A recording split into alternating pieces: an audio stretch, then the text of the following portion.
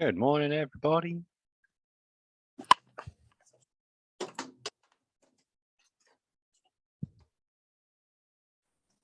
Have you booked that spot, Sayed, by any chance?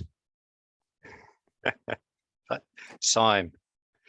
9:30 to 10:45, Tuesdays and Thursdays. This will be occupied. Okay. All right, everybody, let's get cracking. So today we have the rest of eukaryotic DNA replication to finish. We've got a really cool bit on the end replication problem, which is really neat to talk about. It's essentially why you get old. Obviously, you know, staying alive is why you get old. But here's some of the kind of cell biology behind that, which for some of you is going to be depressing because it's already happening, and some of you it's going to be depressing because it will happen.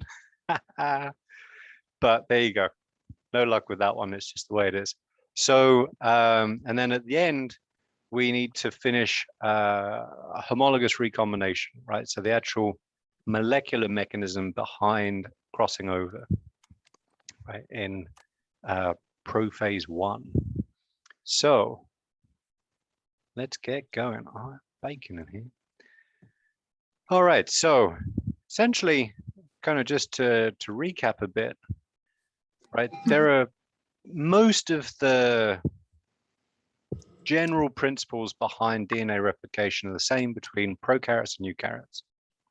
The big difference is, well, the really main difference is that eukaryotic chromosomes are linear, right? And large as well. Linear and large, 2 L's. And so that kind of creates problems, requires other things to be solved, such as having multiple replication origins, right, to make sure that, you know, that chromosome can be copied in a timely manner. And also another thing which is specific to eukaryotes, and this is actually kind of like a pain in the ass in terms of DNA replication, but it's a really big part of the control of gene expression. And that is the DNA in eukaryotes is complexed with histones to create something called chromatin. That's also how do we have that in here? No, we don't. It's in the other one. Bugger it. Give me just a second. I'll drag it up. It's also how those chromosomes condense down so far in prophase. Oh, I'll get you out of there. It's down there somewhere. Here we go. I wonder if I can actually play this. Let's see. Just thinking about it. Maybe. Sometime soon. Right, so generally speaking, DNA in non-dividing cells has it is structured, right? There is ultrastructure to the DNA through the formation of chromatin, but it's not super compacted. Let's see. It's around, here we go, around here somewhere. And so, I'll get out of it. Here we go. So these compacted chromosomes are essentially hypercoiled. Oh no. God. Technology. Curse you. Curse you, Aquascum 2000 is what I should say. For yet another, oh, okay, we've got to go through that bloody rigmarole again.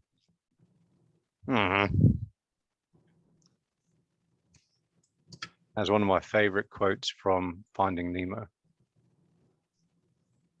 Along with manna from heaven, sweet nectar of life. Manna from heaven, sweet nectar of life. I've probably asked you where that comes from, right? This is like going to be on the exam, so hopefully you know. That would be kind of, well, actually, no, that would just piss students off, to be honest. Anytime I try and do a funny question in exams, students get really mad at me. So I've kind of stopped doing that. Anyway, so they're in this like super condensed form. And then, nope, too far. Come on. Ah, shouldn't be this hard. All right, and then it basically decondenses, and that is still chromatin, but it's chromatin in a more open form, right? It's back down here. Come on, a bit further, like so. But obviously, those proteins need to be replaced after. They need to be removed for DNA replication. They need to be replaced after DNA replication when essentially before cells go into prophase. Okay, so a few other wrinkles to finish this off.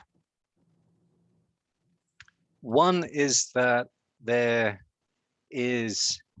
are many more DNA polymerases, right? So in bacteria, it's pretty straightforward, right? You have one DNA pol 3, right? That does the synthesis of both the leading and the lagging strands. Right, so remember again, primase, which in prokaryotes is a separate enzyme. Sorry. I think that banana didn't agree with me that I scoffed just before class. And there's one which is involved in the removal and replacement of primers, right? So the cutting out of the RNA primer and the filling in of that gap with DNA or DNA nucleotides, right? And the other ones are involved in mismatch repair and a few other bits and pieces. So in eukaryotes, it's actually a bit different.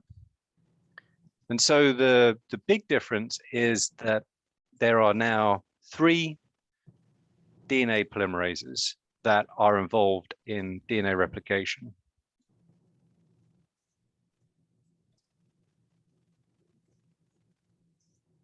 And basically they do most of the DNA replication. There will be others that do other little bits and pieces, like I don't really know all of them.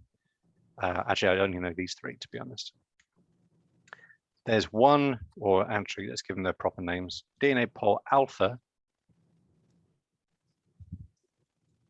starts replication of both leading and lagging strands. Essentially, it's 2 proteins in one. I don't know if it's actually a complex, multi-protein complex. My guess is that it would be. If not, it has 2 different domains, right?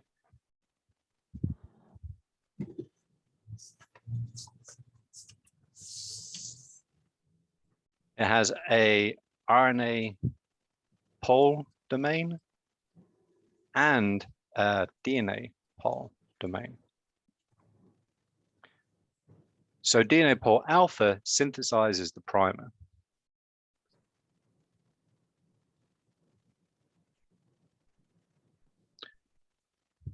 And I think, I can't actually remember off the top of my head, something like 30 base pairs of DNA.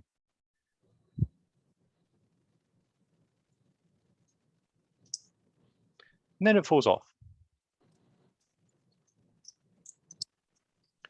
So it is involved in just the very beginning of both strands. So every Okazaki fragment will be started by DNA pol alpha. And the leading strand obviously will also be started by DNA pol alpha. Then once it's done its little bit, goes, that's enough for me, and falls off, it gets replaced by a strand specific DNA pol. Right, so this is another big difference. One, a DNA polymerase makes the primer, right? So either because it was actually I need to look into it. I'll have a look after, well, not after class because I've got a lab, but I'll try and remember to have a look. But it's either the result of what's called a gene fusion. So you get 2 different genes, so DNA polymerase and RNA polymerase, and by accident mutation, they get fused together. So you essentially have one larger protein. Or it's a multi-protein complex with different subunits, one of which has RNA polymerase activity.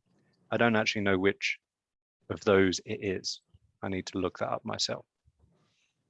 So that's one big difference, right? So the primer making is done by DNA polymerase. The other one is that now we have two different polymerases for synthesizing the rest of the DNA. And so that is delta. I looked this up yesterday.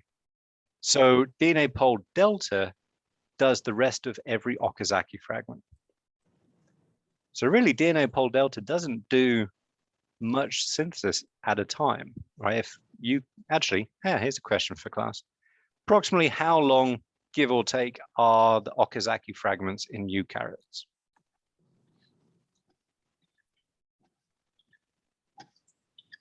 It's probably in the other PowerPoint. Eukaryotes and prokaryotes differ here. So prokaryotes are about 1,000 to 2,000 base pairs. How big are eukaryote Okazaki fragments?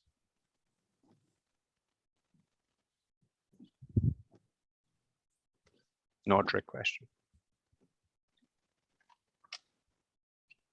Anybody remember? No, they're real small. They're about 200 base pairs long. So if you think about it, DNA pol delta only synthesizes like a pretty short amount of DNA at any one time. Whereas DNA pol epsilon does the leading strand.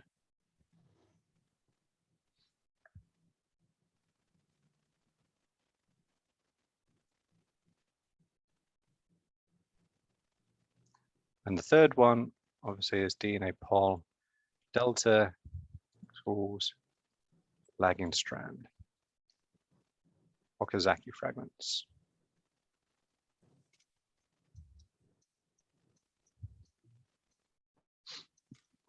So that's kind of in terms of mechanism, right? So obviously the big picture stuff of chromatin and linear chromosomes and stuff like that still applies, but in terms of the kind of the detail, here's one of the big differences.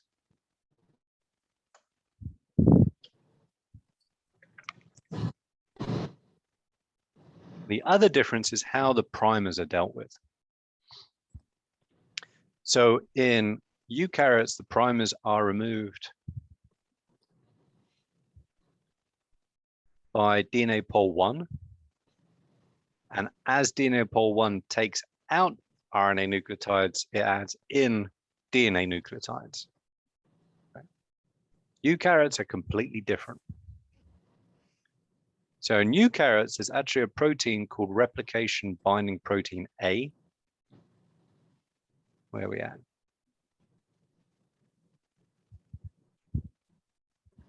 Replication binding, oops. Flips out the RNA primer and a bit of the start of the Okazaki fragment. Okay. So that's not an easy word to spell.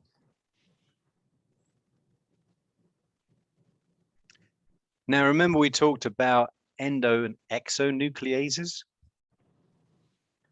Which one cuts in the middle of a piece of nucleic acid? Endo or exo?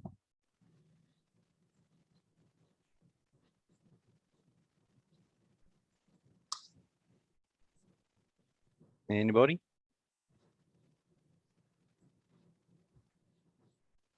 Sorry, Maricel, it's the other way around.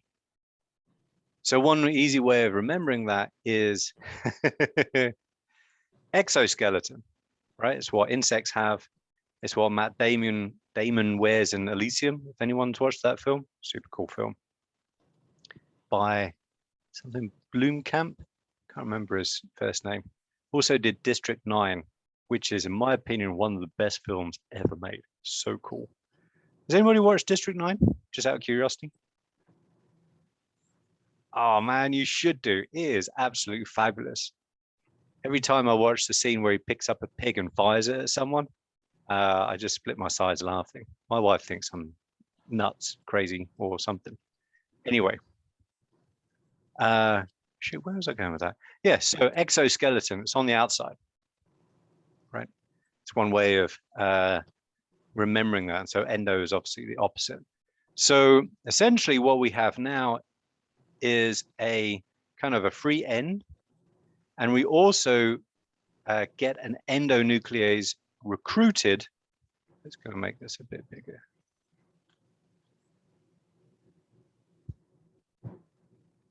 To the bit of DNA that's flipped out, right? So this is a endonuclease that does not cut double-stranded DNA, right? Only cuts single-stranded DNA. So what it does is it clips off that bit of RNA primer and DNA. And as soon as that happens, now it has two ends which are accessible by exonucleases. And essentially, they just chomp it up, kind of a meet in the middle, like the two puppies in 101 Dalmatians. And so what that does is it allows this DNA pol delta, which is paused, right? Because it kind of goes up until it hits the RNA primer and it can't go any further because it doesn't have template. So as soon as that blockage is removed and we have some single-stranded DNA, right, to use as template, then the DNA pol delta kind of continues along until it hits the beginning of the next Okazaki fragment. So there's nothing particularly special about DNA pol delta in this sense, right? It's not that it actually plays a role, as far as I'm aware, in the removal of the primers. All it does is wait for other proteins, the replication binding protein A and endo and nucleases, to take the primer out of its way, and then it just continues, right? So it just hangs around until that obstruction is removed, essentially. Right, so those are the main differences in terms of mechanism. Now there's one consequence of linear chromosomes. Can anybody think what it is? What's the requirement for DNA polymerase? What does it need to add a nucleotide to? What functional group?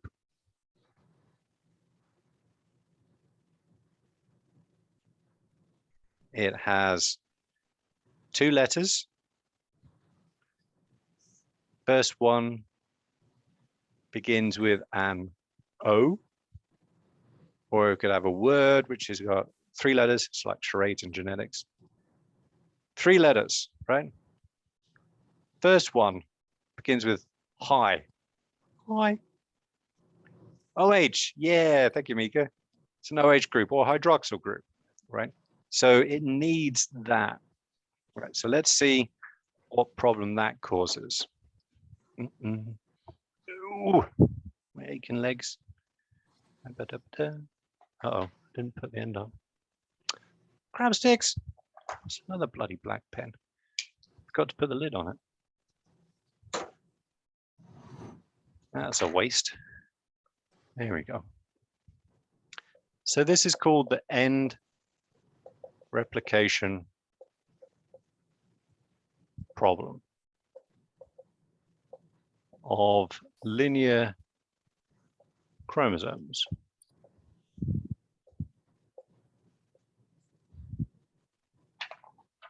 Okay. Try not to make the same mistake again.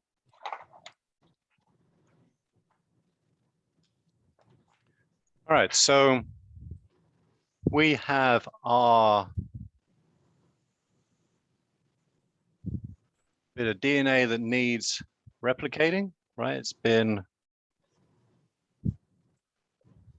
separated by, you know, separated by helicases, kept open by single-strand binding proteins, et cetera, et cetera. Now we need primers. So I'm just going to assume that this is one small bit of DNA. In reality, there'll be multiple replication origins along a very large bit of DNA, but that would just kind of confuse things right now. So kind of imagine that all we're focusing on are the ends of this linear chromosome. So you could almost kind of do like a little hash like that to show that, you know, this isn't the whole thing, it's a lot longer.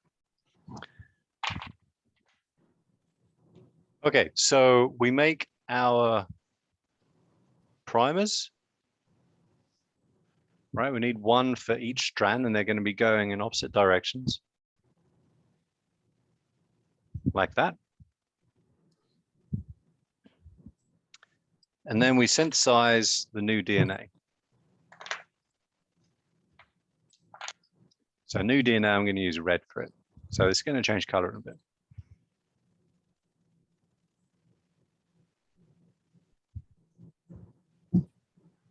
Right, so now we make our newly synthesized daughter strand. Now we have 2 chromosomes, or chromatids rather. Right, so far so easy. Now, let's say the cell that contains this chromosome divides, or enters cell division rather. And so we have, again,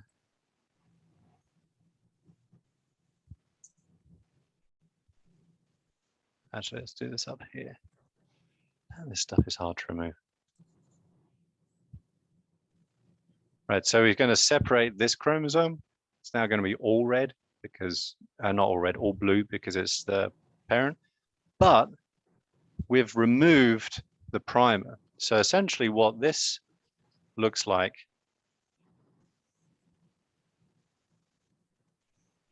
is this.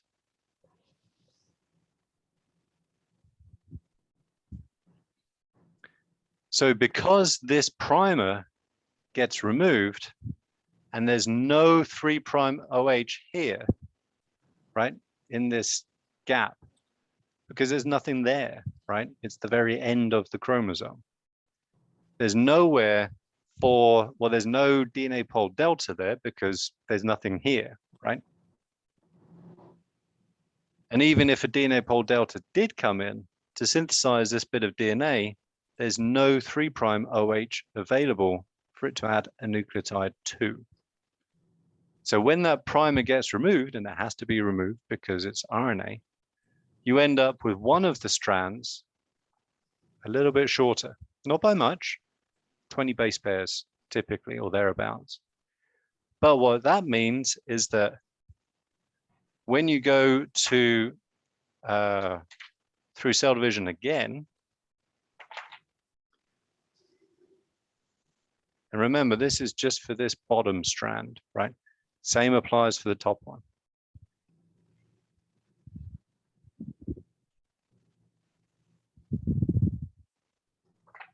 But do the same deal. We get our, it would be this way and this way. We get our DNA replication occur again.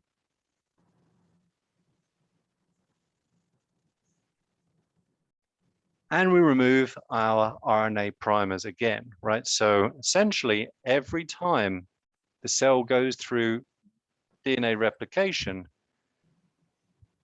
the ends of the chromosomes, depending on which strand the cell gets shorter.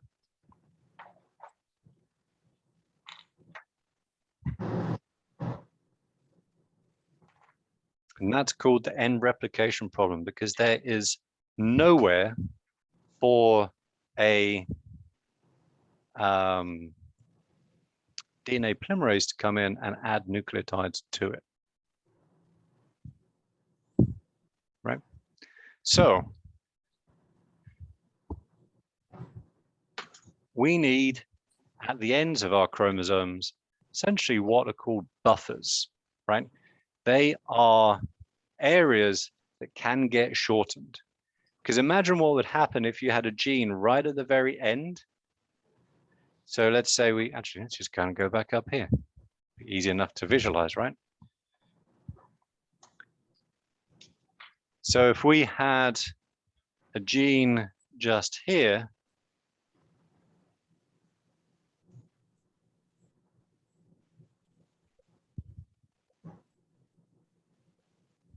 like so, over time, this gene would start disappearing,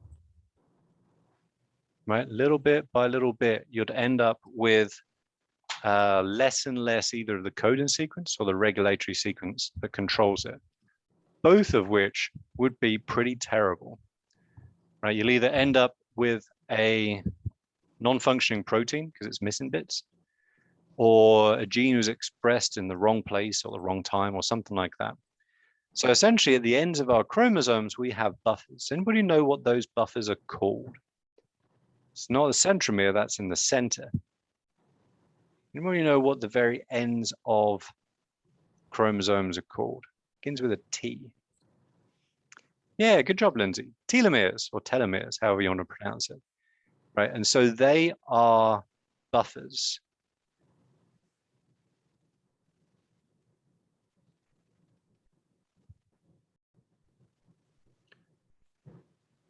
And essentially they contain a bunch of repetitive nonsense DNA.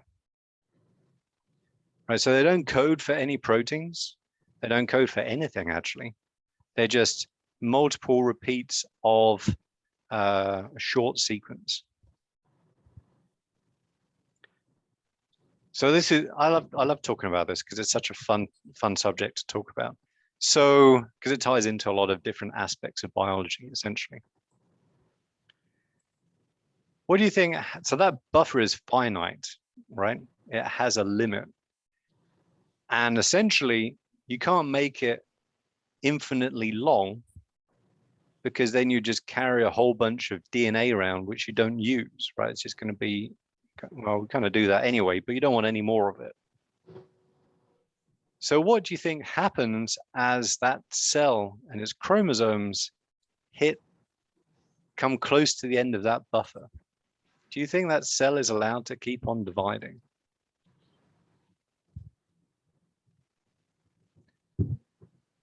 No, it's not, right? So after a set number of cell divisions, it's about 60, that cell is told to stop dividing. It's a process called senescence.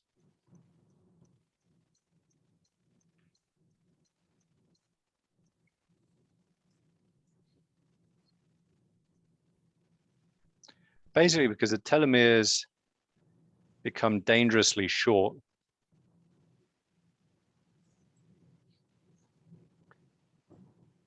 And the cell is told to stop dividing or stop having the ability to divide, right? And this is a process called senescence, otherwise known as cellular aging. So those cells become kind of old and decrepit, basically, like we do. I say all the young people are like, I'll never get old. It's like, well, you will. Essentially what that means is that those cells don't function as well, right? They are not able to as easily get rid of, cellular junk or protein aggregates or, just junky mitochondria, things like that. And so they get older, right? And it's basically what happens over time as you age is that you will start accumulating these senescing cells. And so function of your body, your organs, will slowly but surely start decreasing. Simply because you have fewer and fewer cells which are healthy and able to do the job which they are intended to do.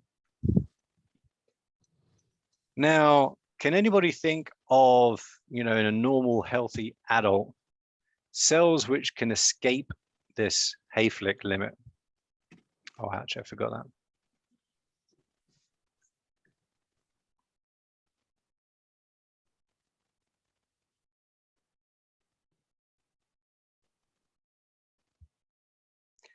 Anybody think what kinds of cells need to divide constantly to replace old or damaged cells? What kind of cells in your body are constantly dividing, even after you've finished development?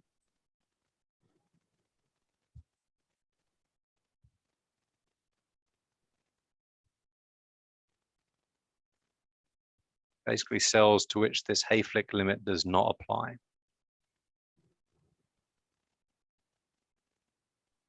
Yeah, there's somatic cells, but what type?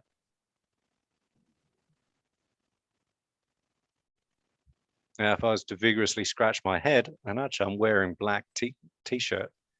Yes, exactly. Skin cells, epithelial cells, right? It's one group. What else? What else grows constantly?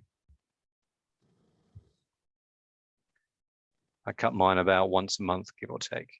Got hair, right? Got nails. These also need to cut. Who's that? Also, you're constantly remaking your intestines because they wear away with use. Actually, think about it in a different way. All of the different symptoms of radiation poisoning, right, which are usually hair loss, skin problems, and kind of loss of gut function, right? All of those are symptoms of radiation poisoning because they're all cells which are typically always dividing, right? And so not all cells in the skin divide, right? Or the hair or the gut. They're actually called stem cells, right? So stem cells and germ cell progenitors. So they're essentially stem cells which can divide over and over again to make gametes, are effectively immortal as they can divide over and over without hitting the limit.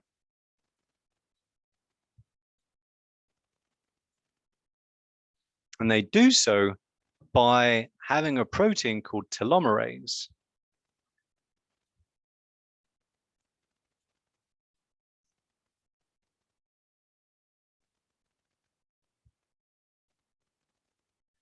To rebuild constantly the telomeres. So even though the telomeres in stem cells do get shorter, they're constantly renewed. And so you never get down to that kind of sketchy margin where you have to stop future cell divisions, right? Where you have to enter senescence.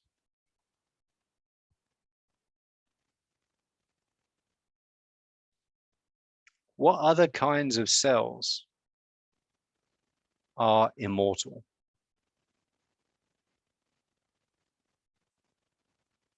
Anybody think other types of cells, not necessarily in a healthy adult, in fact, almost certainly not in a healthy adult, are immortal and can divide continuously without limit? Yeah, cancer cells. Good job, everybody. Exactly. Or tumor cells, which then form a cancer. Right. And so what they've done, and they're essentially cancer is it's a very curious process because it's yourself, right? You know, it's not foreign to you. And really it's uncontrolled cell division where it shouldn't happen, right? And so there are lots of different things that have to occur in a particular way for cancer to occur. But one of them is the activation of telomerase.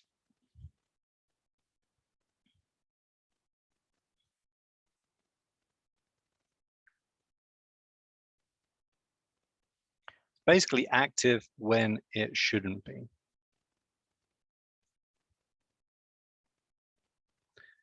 And so those cells are effectively immortal, right? There's no upper limit on how many times tumor cells can divide. Otherwise, you'd end up with, you know, tiny tumors, which really wouldn't cause you many issues at all.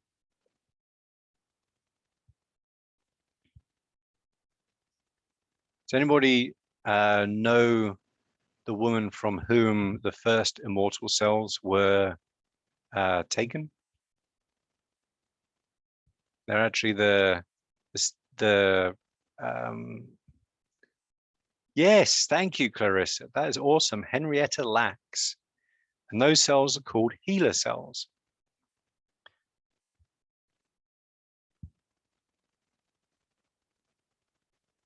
And those cells are basically upon which almost all medical and molecular biology, like if you're going to be doing cell culture, most cells are based on HeLa cells.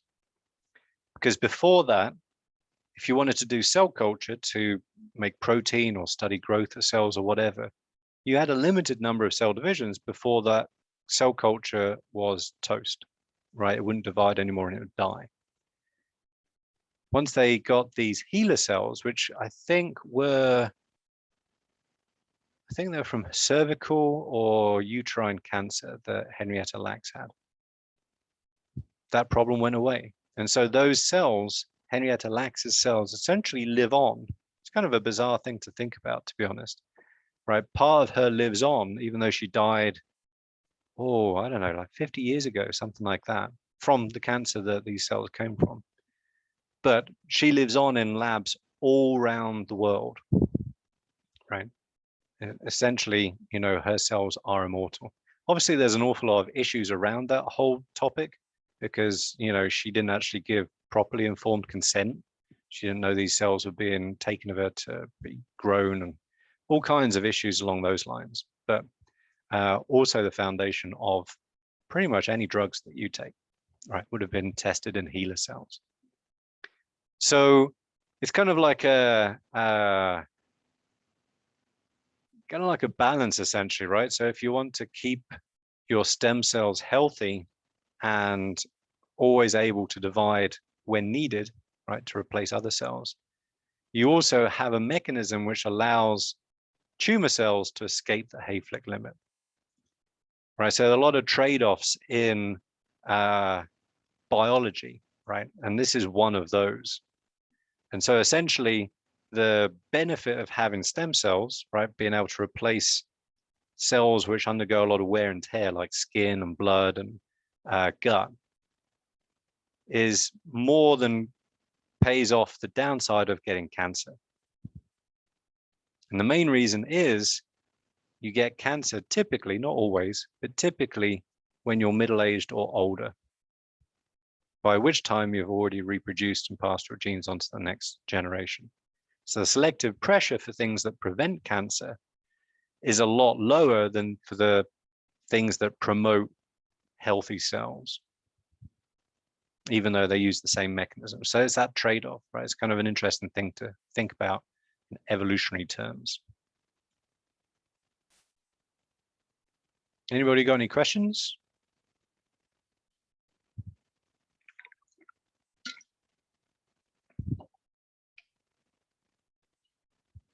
Okay, so let's just get back to sharing.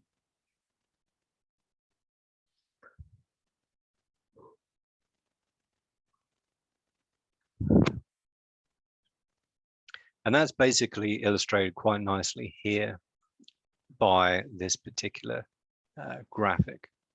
Right, so this is a little bit more thorough than the one that I've drawn up because it shows all of the replication origins for the lagging strand, essentially. And so every place there is a primer, then you will also have to replace it and remove it and replace it. You can't do that at the ends. Okay, so we're going to do in the last 25 minutes or no, 35 minutes. Let's talk about the mechanisms of homologous recombination. I just need to take a picture of the board and wipe it off so I have some space.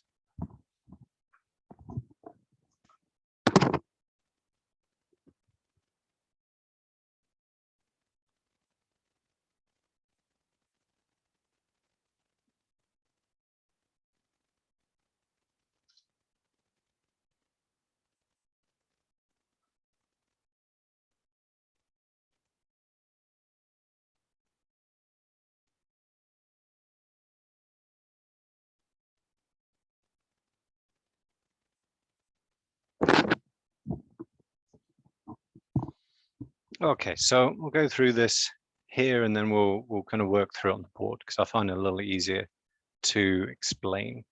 So again, this is something that happens in prophase 1. It occurs as the chromosomes are condensing down into those kind of real short, puffy, hair scrunchy forms of DNA. And there's a lot going on with this, right? It's actually something that isn't very well understood, generally speaking. And it involves very, very precise mechanisms, right? One is that, these strands have to be lined up perfectly, right? Absolutely perfectly. Otherwise, you'll end up with a shorter and longer chromosome through recombination. Also, DNA has to be broken, right? And so you want to be very careful about breaking DNA because if you don't fix it, that causes a whole bunch of problems later on. And so there are different models of recombination, how it works. And so I'm going to show you one that's called the strand invasion model.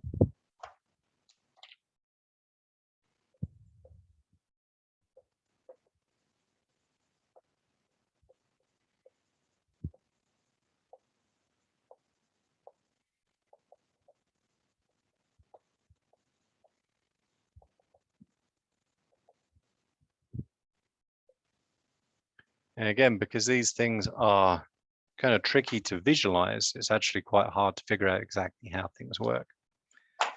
So essentially,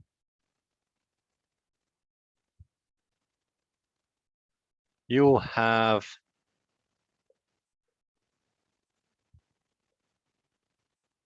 one homologous chromosome, and you'll have another homologous chromosome.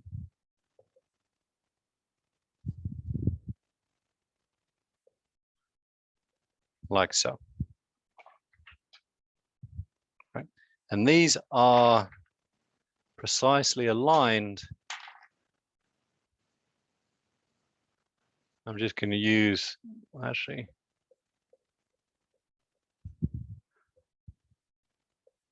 by something called the synaptonemal complex. Right, so this is what it looks like before homologous recombination has occurred. Now, the first thing is that we get a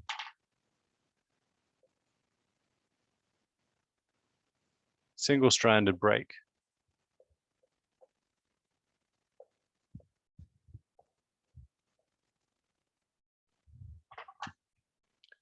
And that gives us kind of a free end, essentially.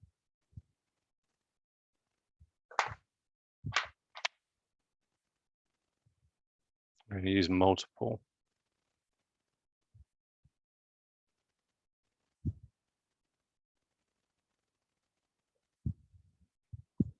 Right. And what this free end does is it gets peeled back and it invades the other strand. That's why it's called a strand invasion model. And in doing so, displaces one strand of the other chromosome.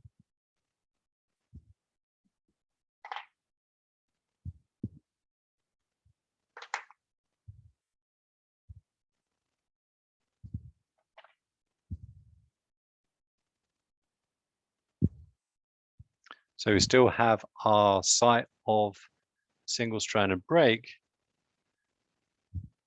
Now this gets, actually, let's put it a little bit over here. Like so, and that forces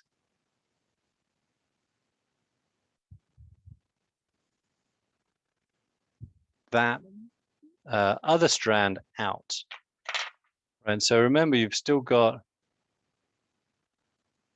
base pairing here. And so because this sister, or this, yeah, essentially this sister chromatid is an almost exact copy of the other, or non-sister chromatid essentially. Sorry, I'm going to use correct terms. It's able to base pair with the other strand. So this is the key kind of part of this. And in doing so, now we have a 3' end and some single-stranded DNA.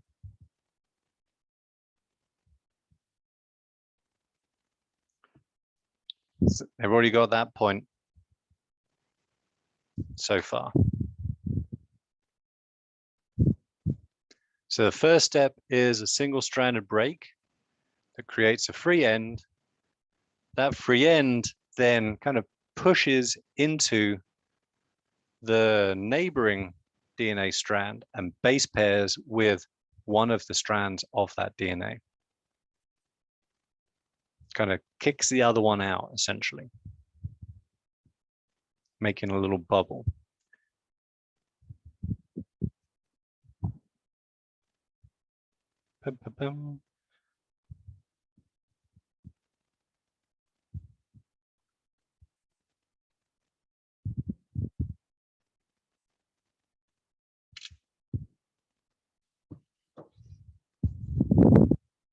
Okay, we're nearly there, not much longer. Actually, I really need to leave that up there. Oh well.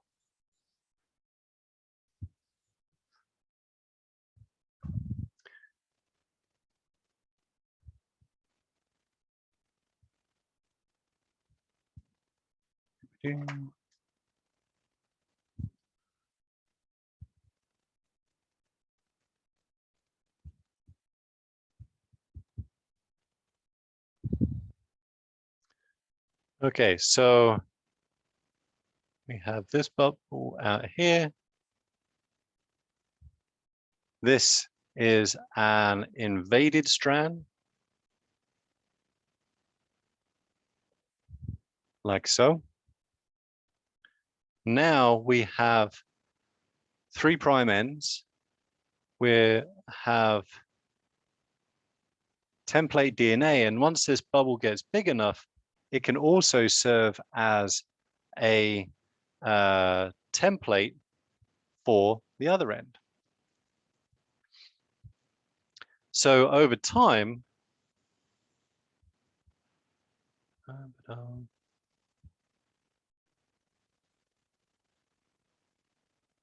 we're going to have our, oops,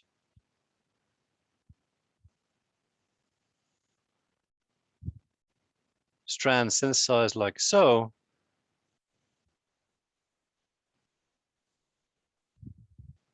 And like so. So once free strand break, the single stranded break is on one of the strands of the double helix of one of the chromosomes. So in this case, I've shown it as being a single stranded break on the bottom chromosome, the red one. Could just as easily be a single stranded break in the blue one. I just didn't show that because this is kind of how I always visualize it. But in doing so, that single stranded break creates a free end, which is then able to kind of get in between the other double helix and serve as basically a 3' end to continue elongation of that DNA. And in doing so, what it does is it pushes out the original strand. And if it pushes it out far enough, which it will, because it will form basically a kind of a replication bubble, that bubbly bit that's forced out will base pair with the other free end. And so synthesis will also continue of this one. Okay. And so then it actually just goes along until it's done, and these get joined up together. So we will end up with that down.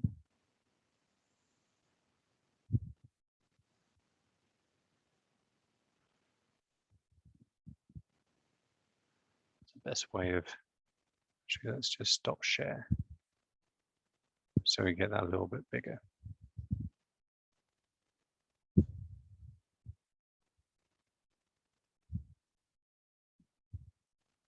Oh, crab sticks.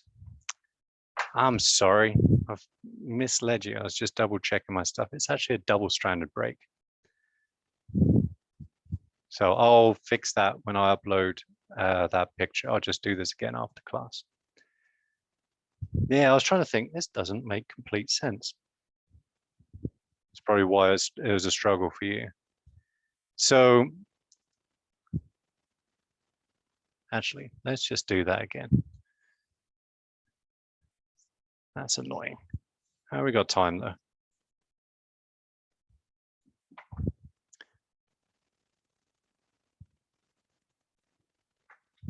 And it's going to look like so.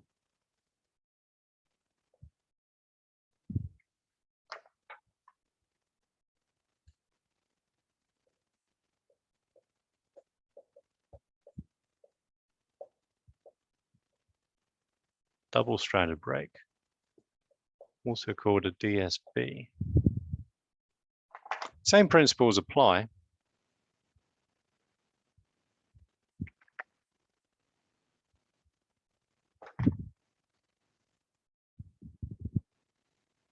Right. Essentially what you have is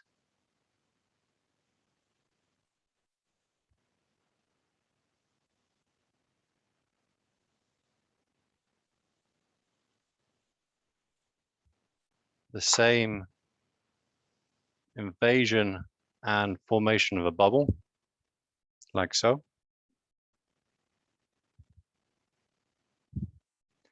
And also at the same time, you get a little bit of DNA that's removed.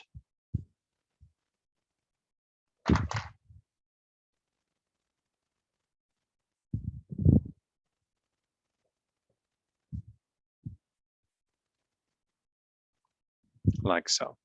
Actually, that's a better way of describing it.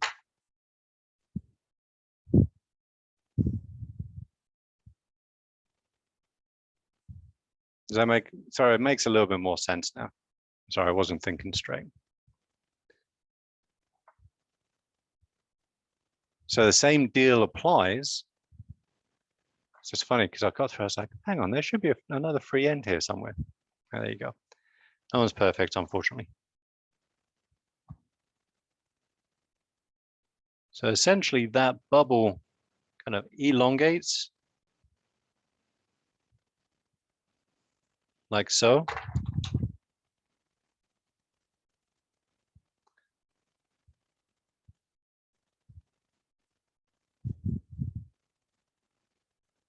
And there's a gap just there. There we go. That's making more sense now.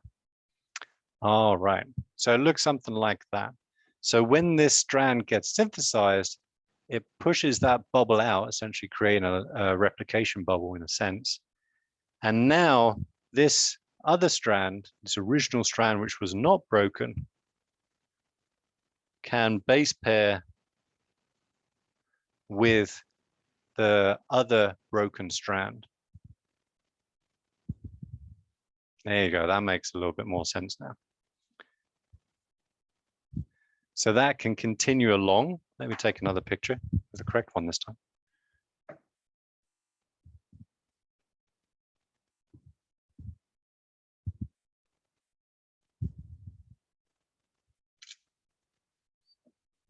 There you go.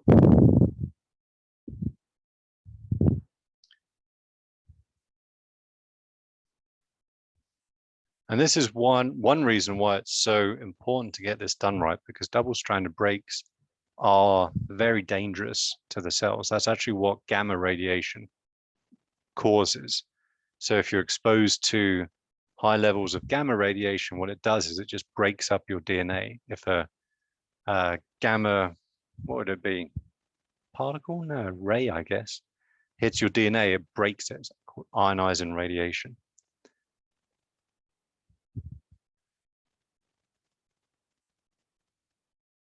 So now we have this much more kind of pronounced dip or bubble.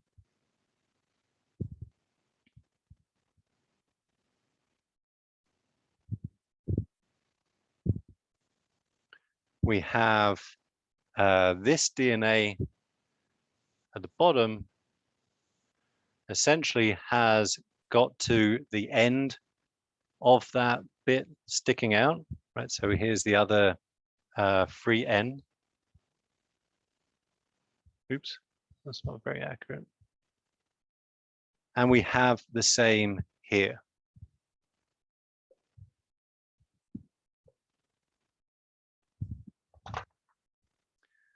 So basically DNA synthesis is complete. And now you essentially join these ends back up. So you'll end up with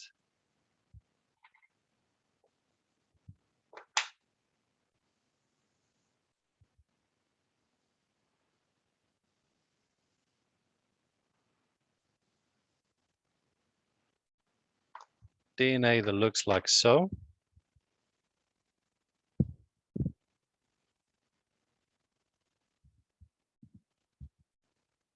Let's make sure you're actually seeing what I'm seeing.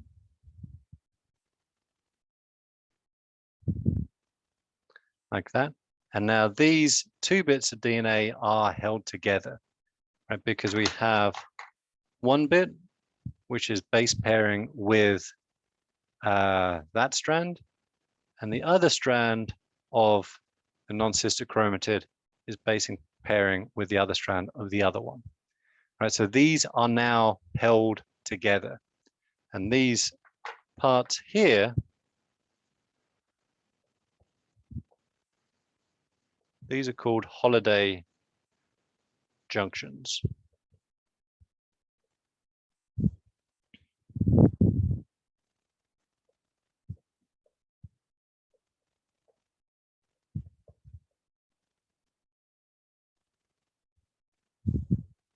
Now, obviously, you can't leave it like that, right? Because if you leave it like that, you'll never be able to pull those chromosomes apart, right? Which you have to do during metaphase 1 to get that reductional division.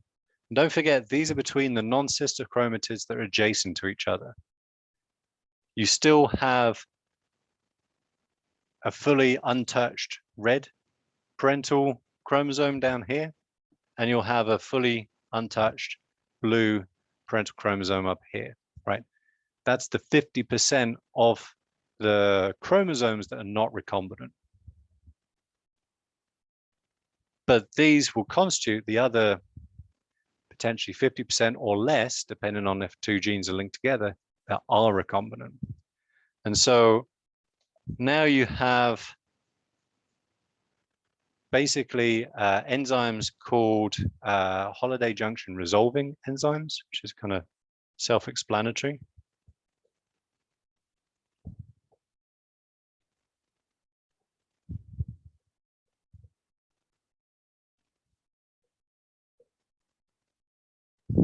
And depending on where they cut, essentially what you're doing is you're saying, okay, we're going to cut like so, horizontally, or we're going to cut vertically.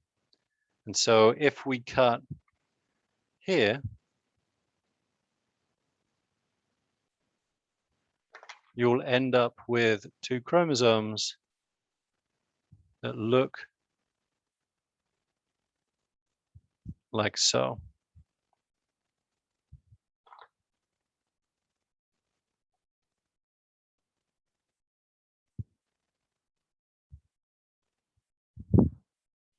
like that. If you cut horizontally this one and vertically this one, then again, it will look different. Then you'll just have, this bit will all be blue, for example.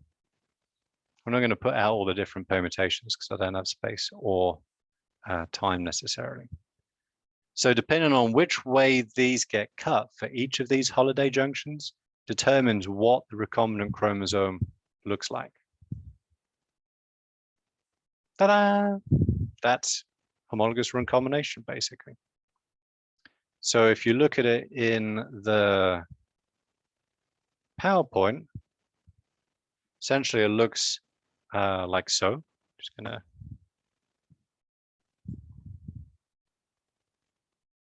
take a picture.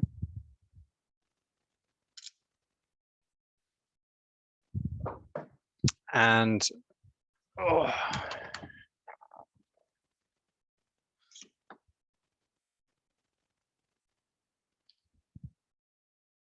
it looks like so, right? And so depending on where these are cut, this is actually a much more kind of accurate rendition of what they look like. And this is actually a, what would that be? Oh, that's a transmission electron micrograph, right? Taken with an electron microscope. Actually shows there's these junctions here. So depending on which way they're broken, basically determines what that DNA that comes out of it looks like. So you'll still get recombination, but you know, the actual site of the crossover will vary. And that's it. So we've got 10, 12 minutes for any questions that any of you may have. We have, obviously the exam opens at 9:30 on Thursday.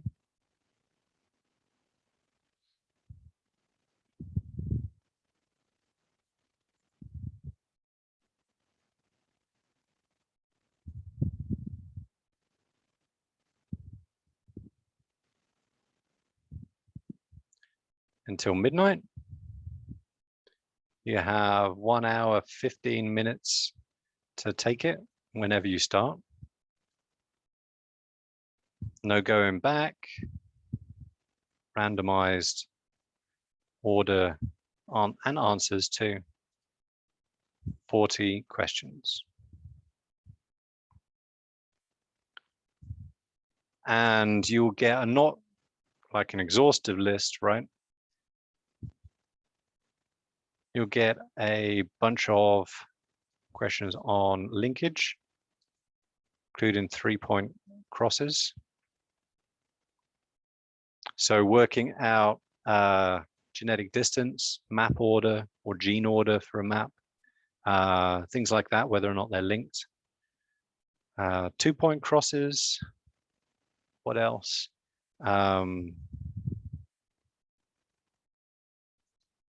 Components of DNA replication, process of DNA replication.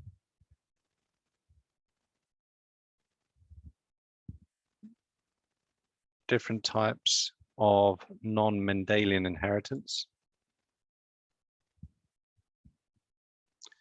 So sex linkage,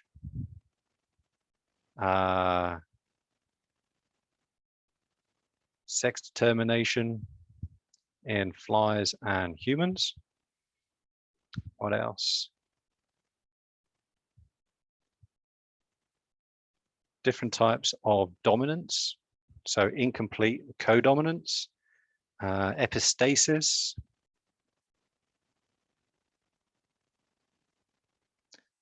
complementation. What else is there?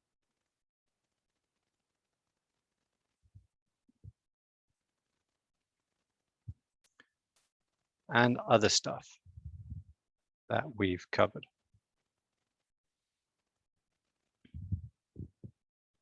And I put that there just in case I've forgotten something. And then I when I go make the exam, I realize I forgot something, but then I don't want you to think that that's just it, what I typed, right? So I kind of like get out clause for me, essentially. Right, so everything that we've covered, the way to get more, so I had a good question, how do you get more time? Right, so unless you have a accommodation with DSS, the best way to get more time is to get really good at the more complex questions. So linkage, the 3-point linkage questions are going to take you longer. So you have to practice them. You have to practice them, practice calculate, figuring out gene order, right, which is the most complex part.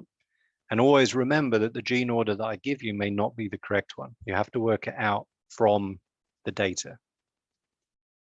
And so when you get good at doing stuff like that, instead of one question taking you 10 minutes, now it takes you 3 or 4. And also making sure that you just have the basic recall stuff down. What makes RNA primers in prokaryotes?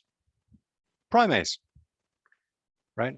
What seals the backbone in both eukaryotes and primates? DNA ligase. What does DNA ligase need? Actually, there's a question. What does DNA ligase need in the form of energy to do its job? Yeah, ATP, exactly. So stuff like that, right? That doesn't necessarily require you to understand the processes. Those should be things that you just know like that. Bang, bang, bang, bang, bang. Right, so you don't need to look them up. You don't need to spend the time kind of searching through Google to find the right answer or your notes or the PowerPoints, right? Because all of that takes time, and time you do not have, right?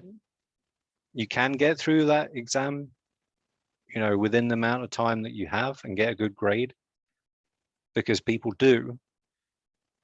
But to do so, you have to be good at doing those things, right? The time is part of the assessment. Right. And the better you know that stuff, the better you understand it, the better you are able to do those things, right? Distinguish between different types of dominance or epistasis or linkage or whatever, just by looking at the numbers, right? Then you don't have to take that time to like go through it kind of from first principles and using your logic. You just know it. So that's the best way of dealing with the time issue. What it does effectively is it gives you a bit of breathing space, so that when you do hit a complicated question that you're not 100% sure about, or it takes time to do it, you're able to go, okay, I'm doing good. You know, I've got a little bit of time in the bag.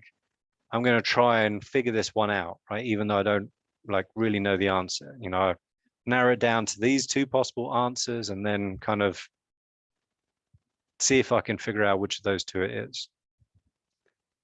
Right? If you're already behind on time because you're having to look stuff up and, you know, it's just not going smoothly, you're not going to have that luxury. And so probably you're not going to answer that question, or you're just going to guess. Right? And as always, there are multiple choice questions, maybe even multiple answers. Do that less often. There will be 2 answers which look about right. This is particularly important in multiple choice, but only one of them can be right. And so that's designed to really test whether or not you understand what's going on. Right? Because if you do, then the one that's almost right is definitely wrong, if you see what I mean. So yeah, that's really the best way of giving yourself more breathing space. It just comes down to studying effectively. No easy answer, unfortunately.